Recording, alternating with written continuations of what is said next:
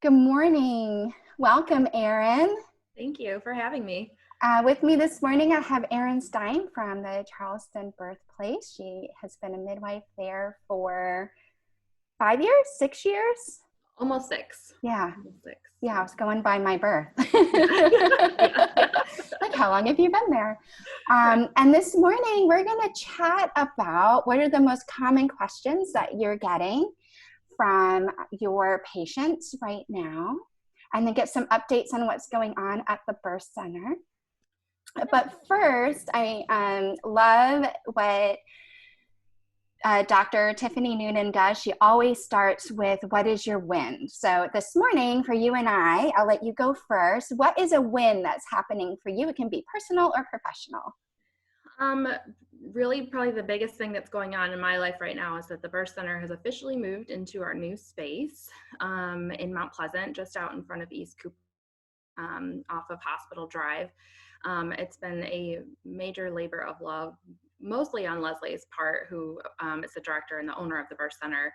But it's been quite the transition, and it's a lot of new things, but also trying to integrate all of the old things and not lose who we are as the birth center just because we're moving spaces and changing our collaborative hospital and physician and all that kind of stuff. But it's been a huge, huge labor of love, and we just officially moved in, really, truly officially moved in this past week. So we're excited to start doing births there, and it's a beautiful space, and it was a much, much needed upgrade. So I can't wait to see it. Are you guys going to have an official open house at some point? I know it won't be for a while. so we had one tentatively scheduled for May 15th, and Leslie had like invitations and everything else like made. She just hadn't printed them. Thank goodness she hadn't printed them. So for right now, we will eventually, once kind of all of this coronavirus stuff kind of lifts, the kind of the restrictions and everything kind of lift.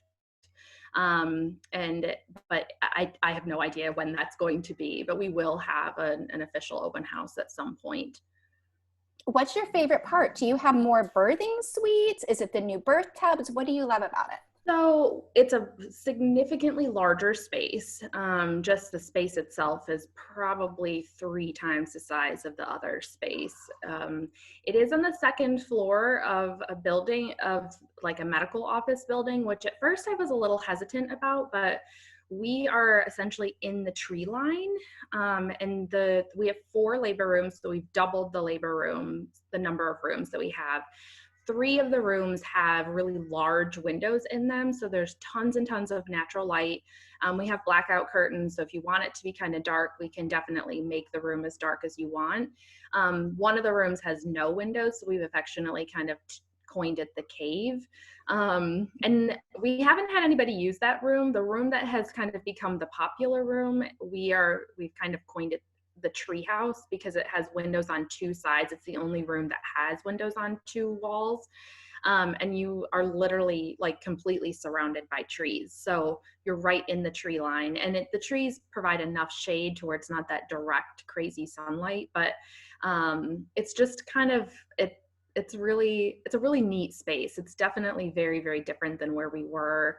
And everybody that's had babies there so far really, really love all the natural light. Like the old rooms had like just these 2 little teeny tiny windows at the very top of the wall, where that's not the case here at all. So the tubs are also really great. They're much easier for us to get to mom and baby without having to kind of encourage them to come much closer to us.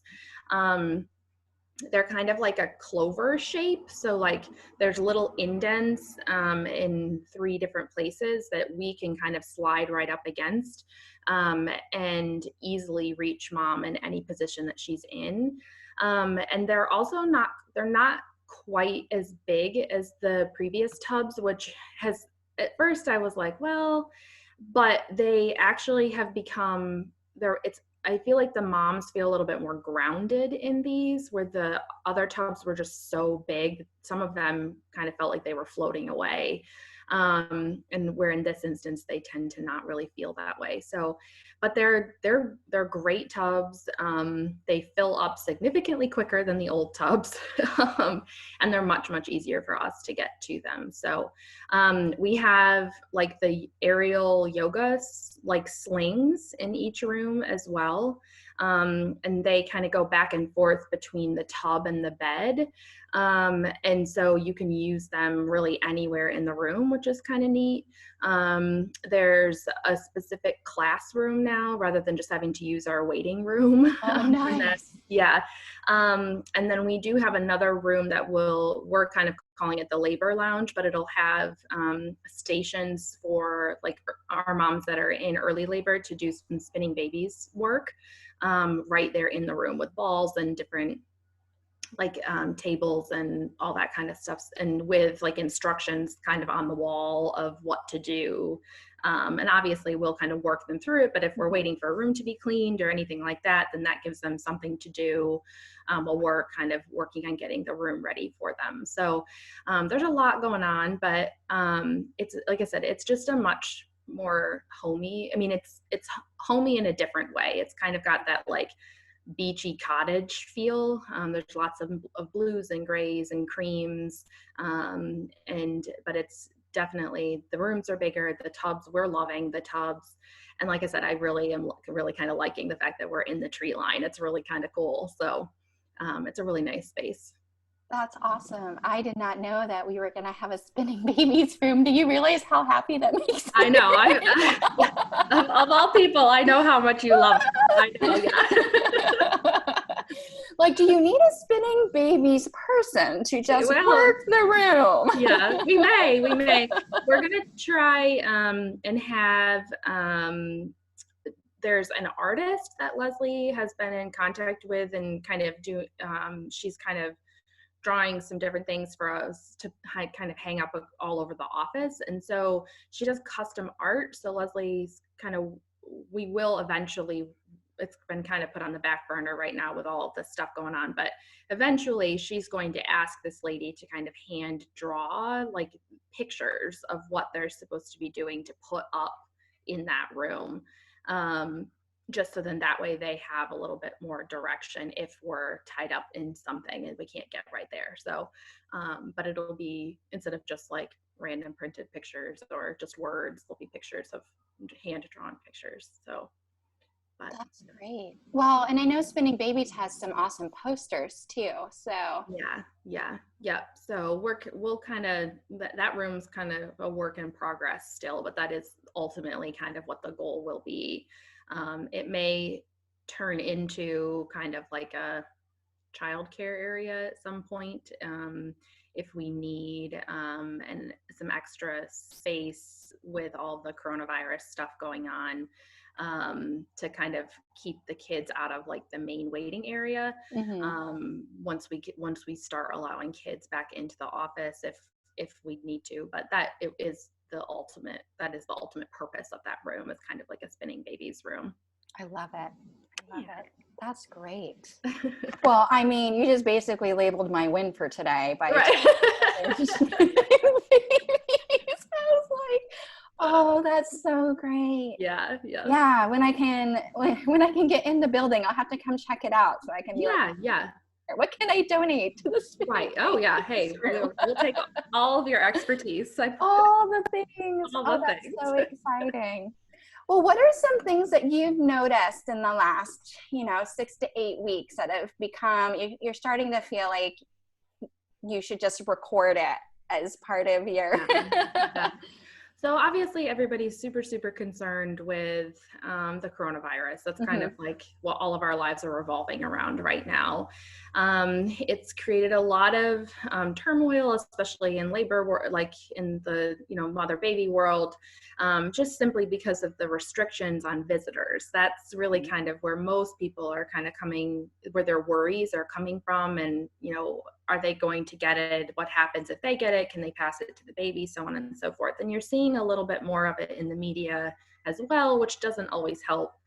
For right now, the biggest thing is that we're just trying to overall limit exposure across the board. So staying at home as much as possible. You know, if you can wear a mask when you're out in public, that is ideal.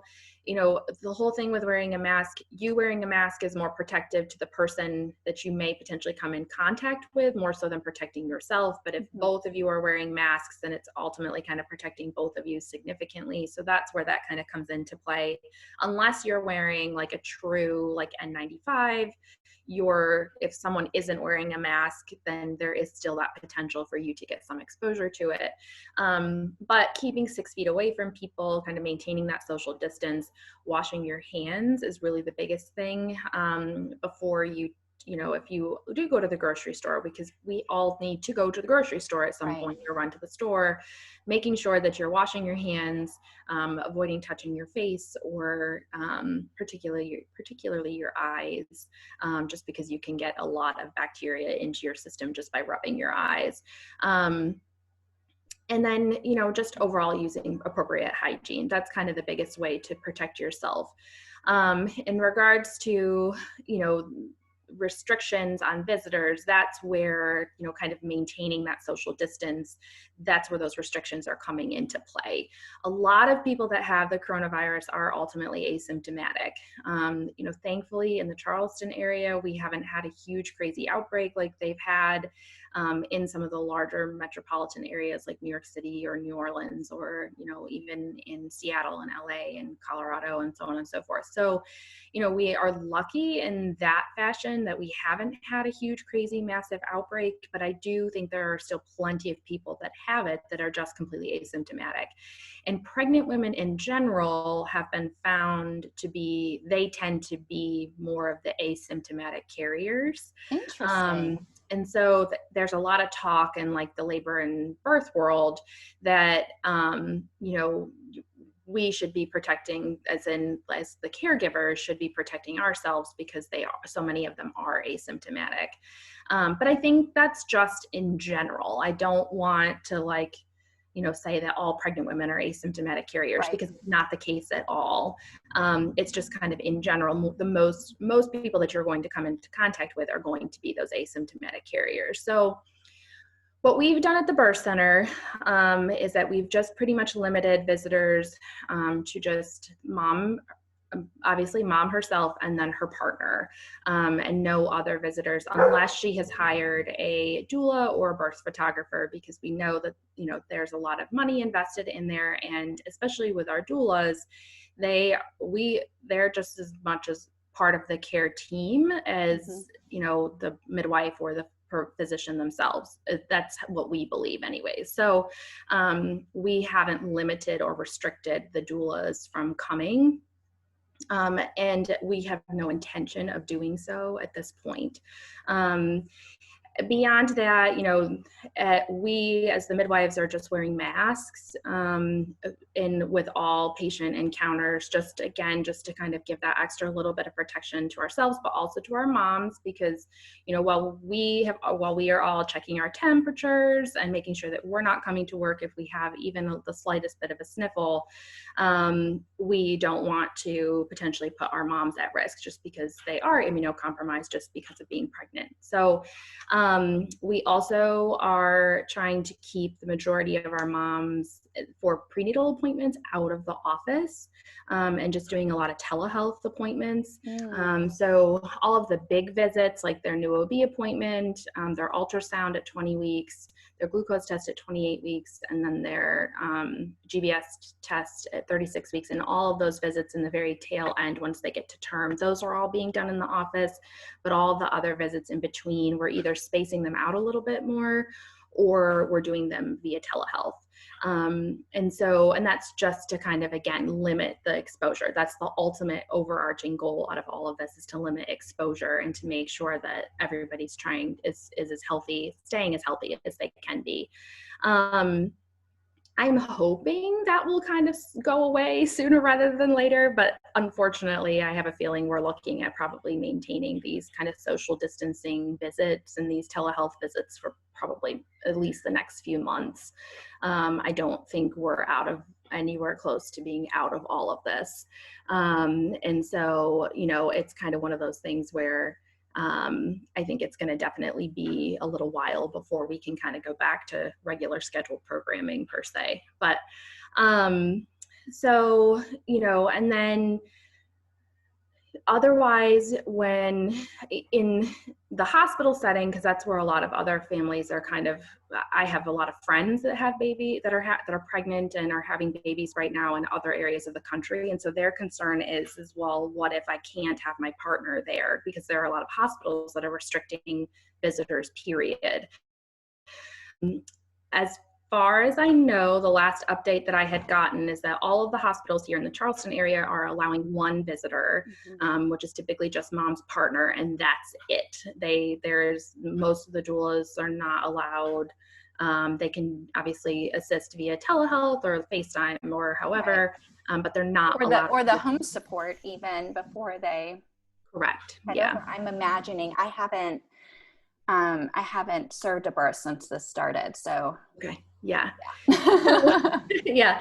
So, I mean, I would assume if the family was okay with the home support, that you should be able to assist them at home. And then just when they would go to the facility, that you would just have to kind of not go with them and just transfer that over to via FaceTime, some type of virtual support more than anything. But I do know that like at Somerville, when you go into the hospital, everybody gets their temperature checked. They all ask, have you been out of the country in the last few weeks? Do you have a cough, a sore throat, a fever, anything along those lines? And then everybody has to wear a mask. Once the moms that I've had at Somerville have gotten into the rooms, most of them ditch the masks pretty quickly. And the nursing staff aren't concerned with the fact that the patients kind of ditch the masks.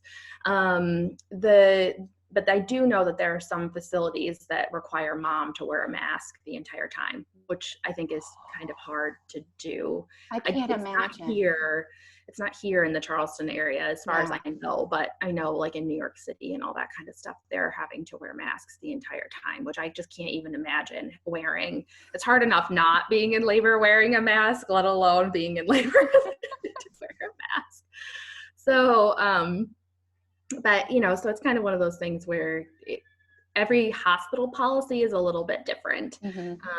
Like I said, I know at Somerville they're wearing masks. I heard through the grapevine that at MUSC the nursing staff are not wearing masks and are not being required to wear masks.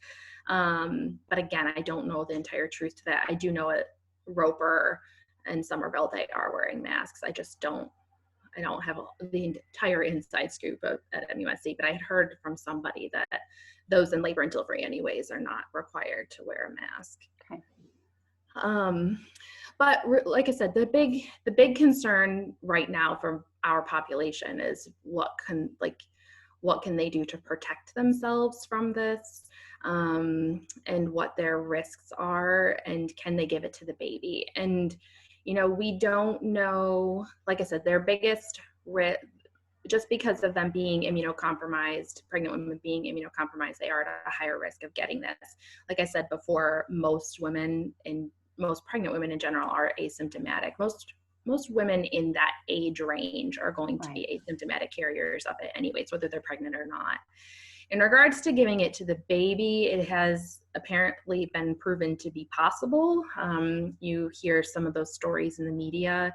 But again, I think just with proper hand hygiene and I was reading a story the other day about a mom who developed a cough and a fever in labor, and they thought she potentially had it. And so she opted to not have the baby go to the nursery until her test results came back. She just kept the baby 6 feet away from her, and only held the baby after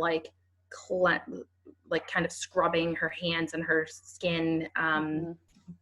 And she only held the baby after doing, really good hygiene. And she did that before breastfeeding every time too. Like she kind of. So she basically took a shower every time she was going to nurse. Yeah. Yep. And that was the only time she held the baby, was when she nursed the baby. And so, I think there's a lot of sacrifice that has to be done, and just being really mindful about what's happening as well. But overall, I think we'll all get through this one way or another, but I don't think that, we just kind of have to take it in stride and try not to panic about it. The other big concern that a lot of our families are having is, what do they do when they get home with the new baby? And, and I've had the conversation with a number of moms that, new moms that are like, this time is very isolating to begin with, but it's even more isolating right now, just simply because of the fact that, they're trying to protect their parents and their grandparents because they are also at a greater risk of contracting the virus. And so limiting, visitors and the extra help that can be had at home because of this. And it does, and by social distancing and staying inside and all that kind of stuff, it definitely is making this a little bit more of an isolating period, which then you run the greater risk of postpartum depression and anxiety just because of that social isolation. So we're just kind of trying to help everybody navigate through this the best that we can, and kind of just be as supportive as we can. What would the recommendation be? I've heard that some of the hospitals for the family preparing for birth are being told to isolate for 2 weeks. So they basically need to act as if they are symptomatic, make sure they've got 2 weeks worth of groceries, which for you and I, it's like you can't plan the birthday. So how do you?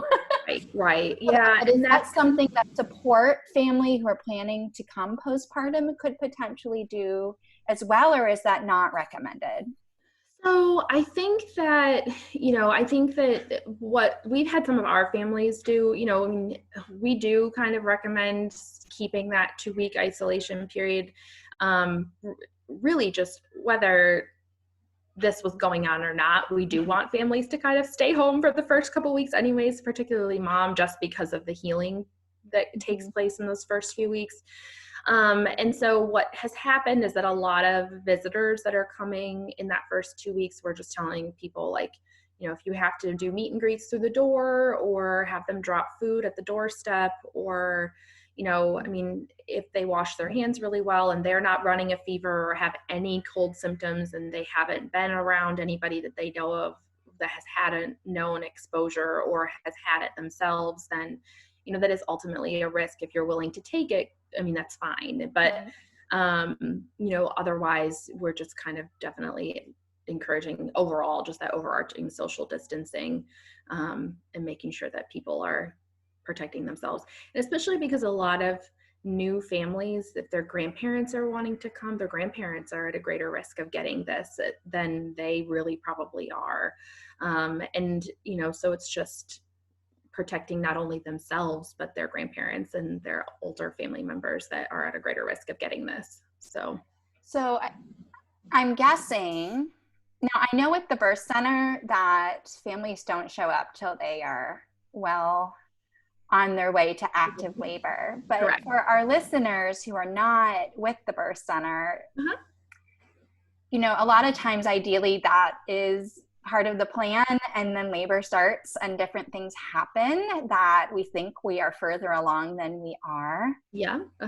So what are some common milestones that you guys share with your families that might help listeners gauge how far along they are, so that they aren't walking in and having to wear masks, longer than necessary, as long as their labor at home is safe?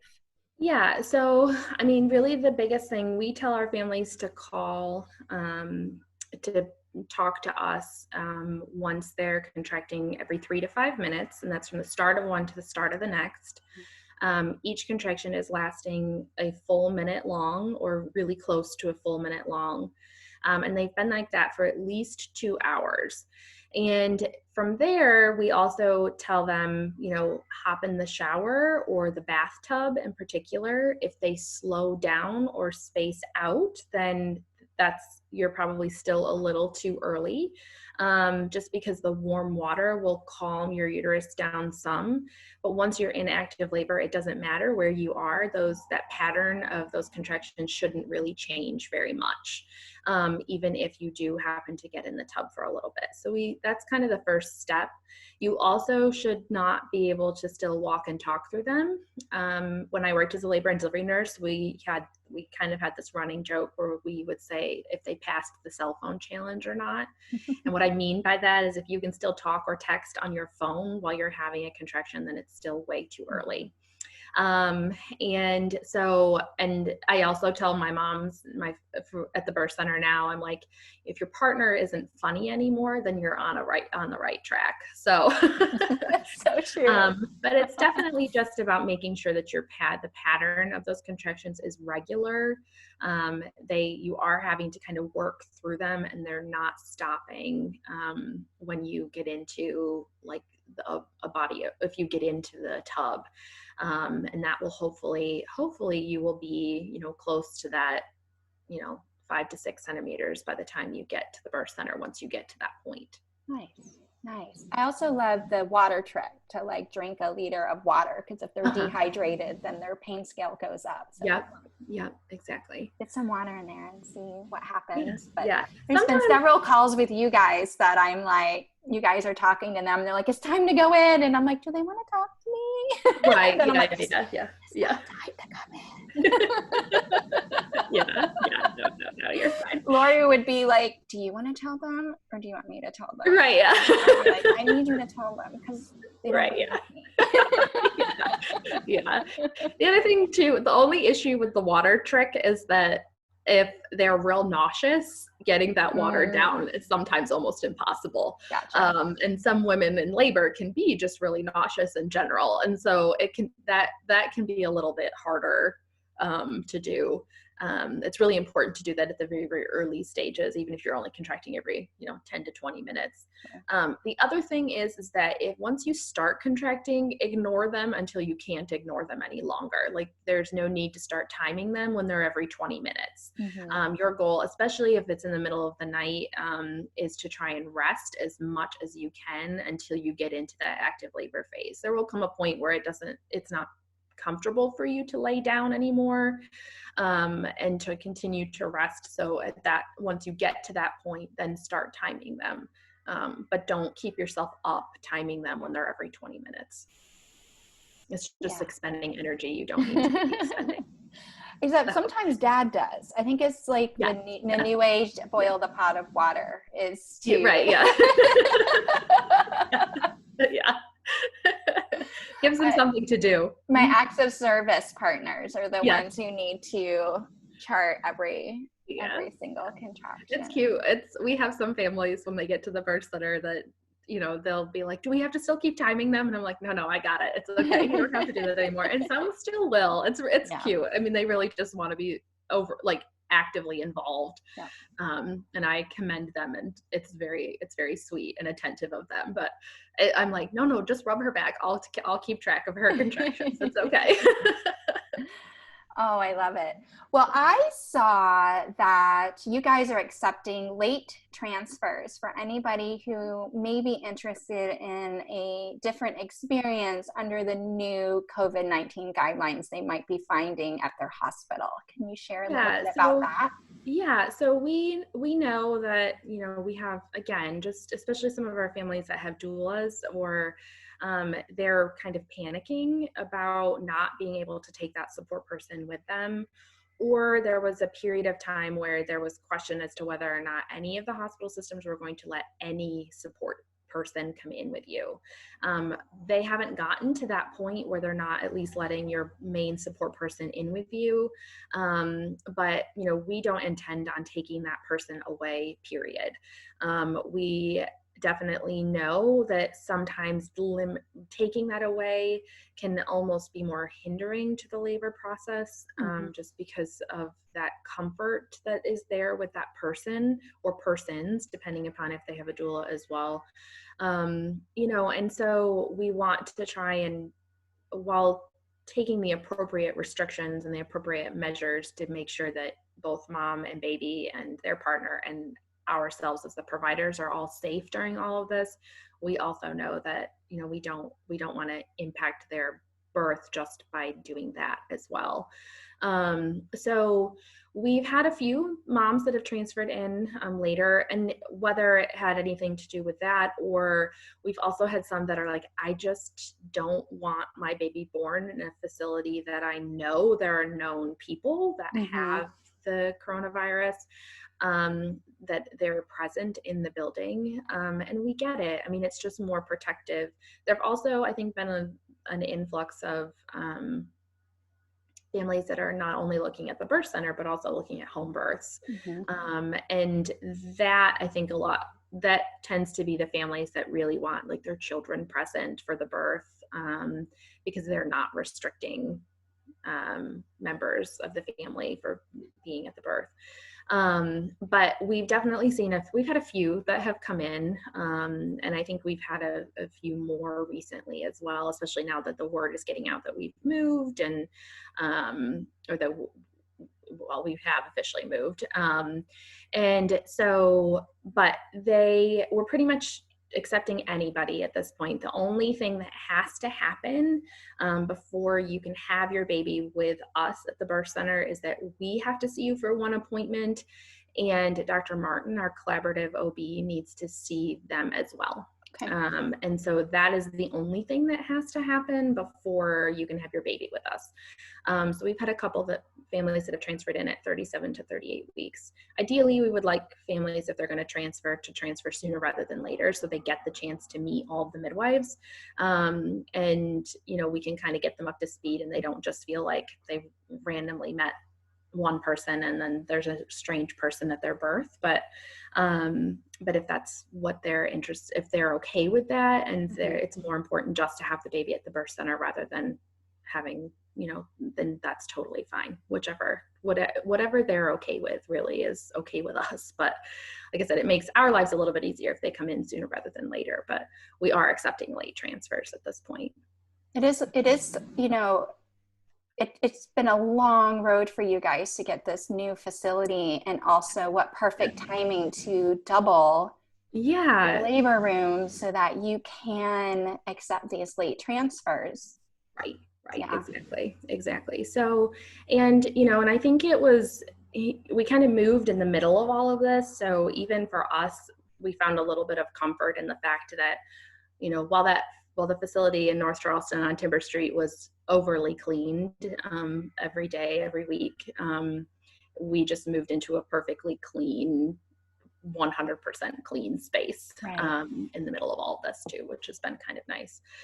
The drywall dust is still settling a little bit, so we'll find random little piles of drywall dust that we're like, oh, gotta vacuum that up because it finally settled. But it's definitely it's a great space. That's really cool. Wonderful. I can't wait to see it later in May. yeah, and we will we'll post some pictures and stuff we'll put out a formal announcement hopefully sometime this week. Like I said, we have officially moved in, so we should put out a formal announcement this week and change our address and all that kind of stuff. So, but we're happy to be there for sure. I love it. Well, thank you for joining me this morning. Of course. Thank you for having me. Does anybody have any other questions? Let's see. I do not have anything in the chat bar. So if anybody has any questions, you can either unmute your audio or you can write it in the chat bar now. I'll just give them a second to see if they want to do that.